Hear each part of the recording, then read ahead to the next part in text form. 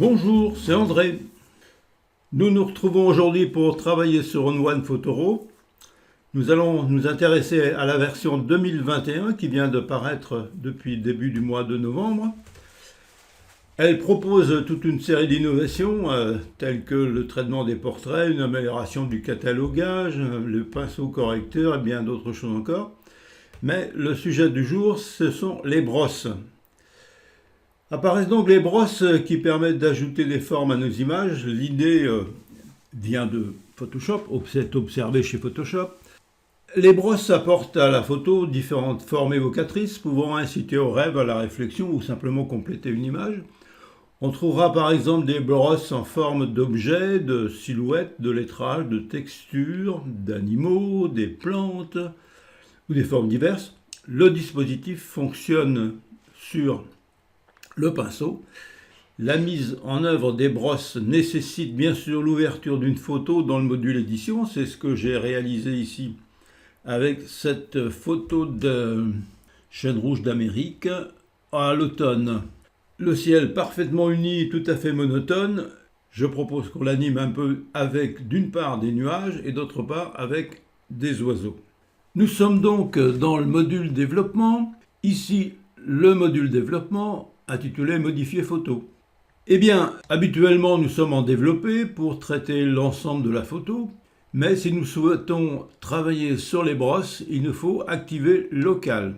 Le mode local fait apparaître ici un rectangle bleu avec en titre ajustement, et si nous déplaçons la souris, on voit apparaître ici un cercle qui correspond à une brosse. Nous sommes donc bien ici dans le pinceau d'ajustement. Le pinceau a donc cette forme de brosse, mais sur la version 2021, apparaît ici un élément supplémentaire qui s'appelle forme.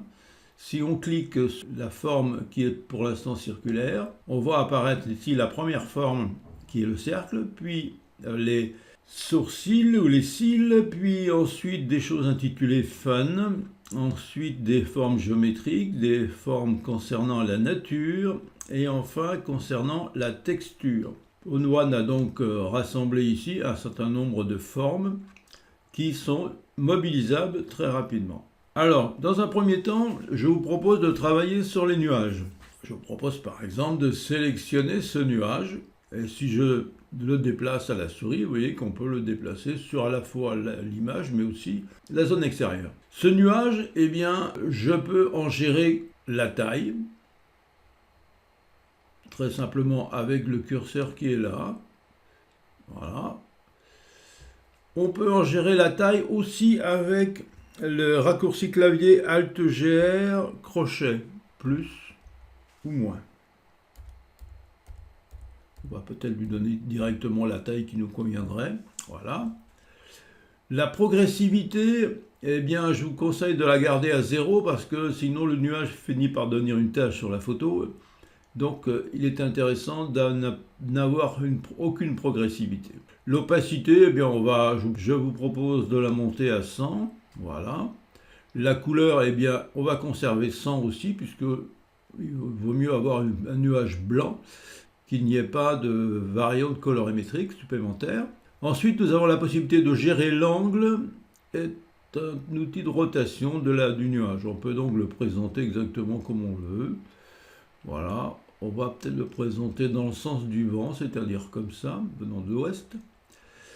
Et puis, on va le positionner quelque part par ici. On va considérer que le nuage va s'installer là. Je clique gauche et mon nuage est installé.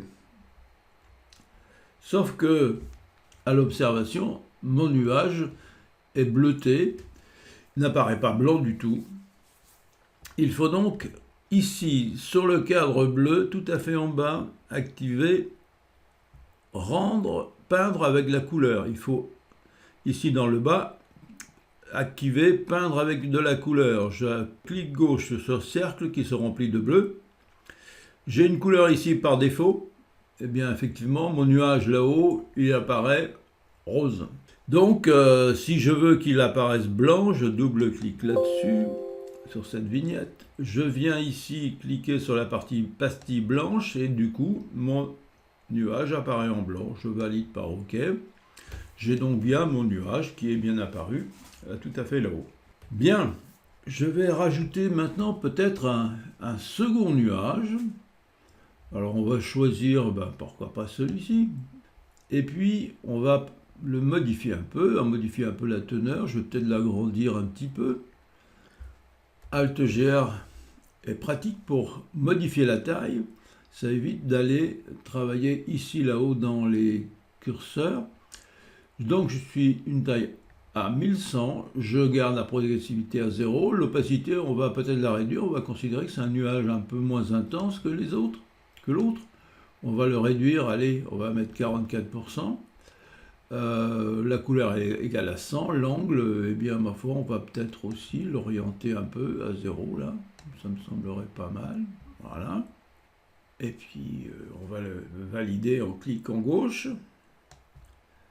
Voici mon second nuage qui apparaît, et vous voyez qu'il apparaît beaucoup plus ténu que le premier, puisque l'opacité est descendue de 100 à 44.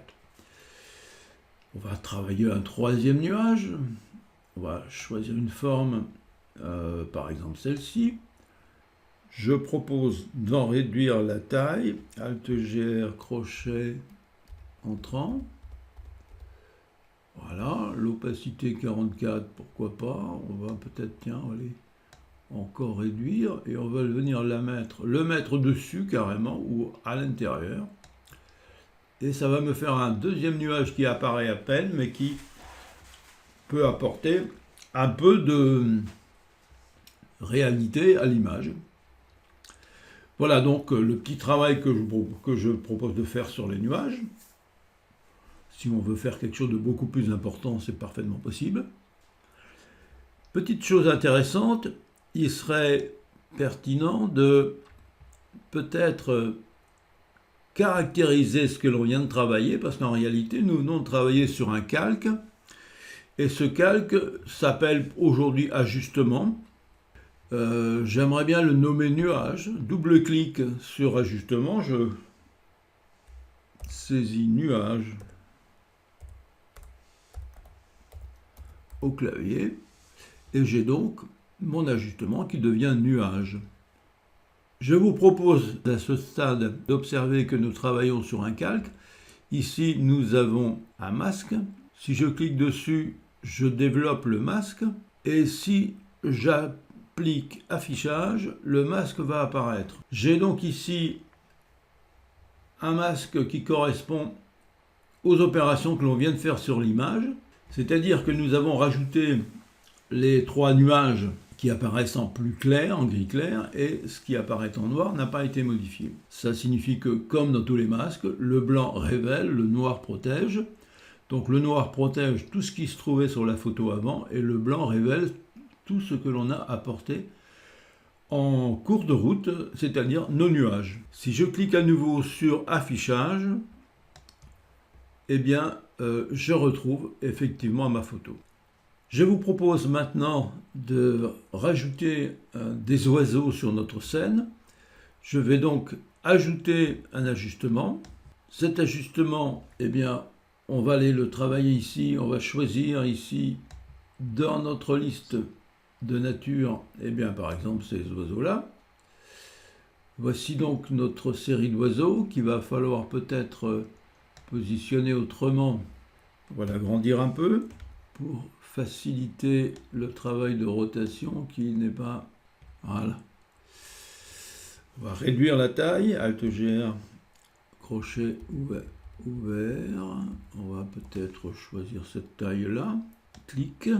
La couleur n'apparaît pas ou elle apparaît de façon neutre parce que je n'ai pas activé peindre avec de la couleur. Vous avez vu précédemment qu'il faut activer ce petit cercle qui devient bleu. Je suis ici dans la couleur rose. Je clique et je vais par exemple les mettre en blanc, mes oiseaux. Voilà, OK. Et mes oiseaux sont blancs. Je peux changer la couleur, c'est-à-dire les mettre en noir par exemple. Voilà.